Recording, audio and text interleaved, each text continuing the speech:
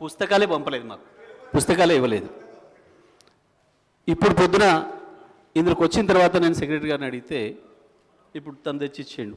పొద్దుగాల 4:30 గంటలకు వచ్చినాయి సార్. మరి వారేమో మేము రెగ్యులర్గా ఇస్తాం సార్, అట్లనే పార్టీ ఆఫీసులో వచ్చి తీసుకుపోతారు అని చెప్పాడు.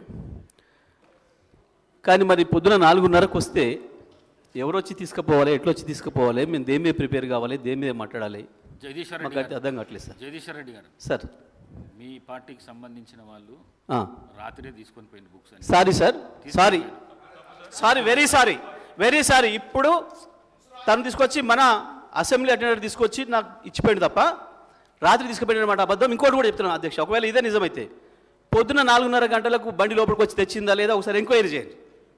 పొద్దున 4 గంటలకు పుస్తకాలు లోపలికి వచ్చినాయా లేవా మొత్తం రికార్డు ఉంటుంది, అసెంబ్లీలో గేట్ దగ్గర గేట్ పాస్ ఉంటుంది, ఎవ్రీథింగ్ ఉంటుంది, చేయండి అధ్యక్ష ప్లీజ్. కానీ ఈ రకంగా సభను అధికారులు కూడా మిస్లీడ్ చేస్తే అధ్యక్ష, తప్పుడు సమాచారం ఇస్తే అధ్యక్ష, మీకు ఇదేం పద్ధతి అధ్యక్ష? జరిగితే పొరపాటు జరిగిపోయింది ఒప్పుకోవాలి, చెప్పాలి, ఇంకోసారి జరగకూడదు చూసుకోవడం అని చెప్పాలి ఎల్ఏ మినిస్టర్ గారు లేచి. కానీ మీకు తప్పు సమాచారం ఇచ్చి మీతో ఎట్లా చెప్పిస్తే ఇదే పద్ధతి అధ్యక్ష? జరుగుతుండొచ్చు, ఒకవేళ ప్రింటింగ్లో ఆలస్యం అయి ఉండొచ్చు, కరెంట్ లేక ఇబ్బంది అయి ఉండొచ్చు, అక్కడ ప్రింటింగ్ స్టేషన్ దాని కాడ ఇబ్బంది జరిగి ఉండొచ్చు, నేను కాదంటలే. కానీ దాన్ని ఉన్నది చెప్పాలి. కానీ సభాధ్యక్షునికే తప్పుడు సమాచారం ఇస్తే అది కరెక్ట్ కాదు కదా అధ్యక్ష.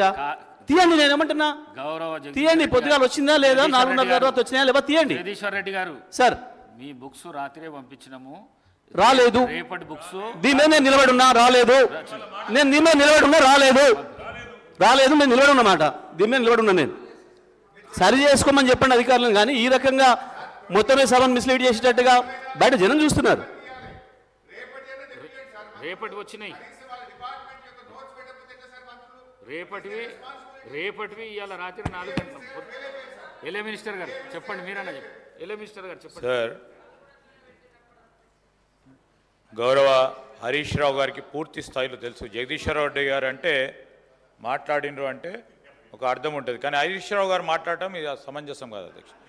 అనేక సందర్భాల్లో 10 సంవత్సరాల కాలహయంలో వారు ప్రశాంత్ రెడ్డి గారిని అడగండి, వారి డిపార్ట్మెంట్లకు సంబంధించి ఎప్పుడు వస్తూ ఉండే అధ్యక్ష. రేపు డిమాండ్స్ అంటే రాత్రి 9 గంటలకు 10 గంటలకు పెట్టేవారు అధ్యక్ష. రేపు 10 గంటలకు, నిన్న సెలవు దినం ఉంది, అదే రోజు మొన్న సాయంత్రం అధ్యక్ష అన్ని శాఖలకు సంబంధించిన డిమాండ్స్ పెట్టడం జరిగింది. ఎక్కడైనా పెట్టడం జరిగింది. మీరు వెళ్ళిపోతే మేమేం చేయాలా? మీరు వెళ్ళిపోతే, ఇంటికి వెళ్ళిపోతే మేమేం చేయాలండి?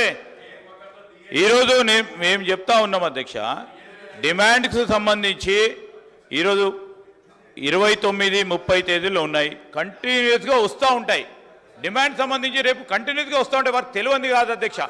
కేవలం మా హరీష్ రావు గారు ఏం చేస్తారంటే లేచి బుల్డోజ్ చేసే ప్రయత్నం, దాంతో తికమక చేసి ఈరోజు అందరినీ కన్ఫ్యూజన్ పెట్టే ప్రయత్నం వారు నిరంతరంగా చేస్తూ ఉంటారు అధ్యక్ష. దయచేసి హరీష్ రావు గారికి ఉన్న అనుభవం ఈరోజు నేను చెప్తా ఉన్నాను, కొత్తగా వచ్చిన గౌరవ సభ్యులందరూ కూడా ప్రాక్టీసెస్, ప్రొసీజర్స్ సరి అయిన విధానంలో వారు కూడా నేర్చుకునే విధంగా వారి సలహాలు ఇవ్వమని కోరుతా ఉన్నాను అధ్యక్ష.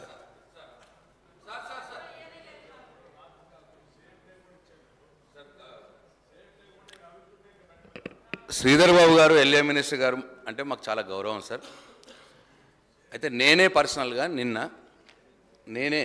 నేనే పర్సనల్గా వచ్చినాయి, రాలేదని కాదు, నిన్న కాదు సార్, మొన్న నుంచే కొన్ని పెడతా ఉన్నారు.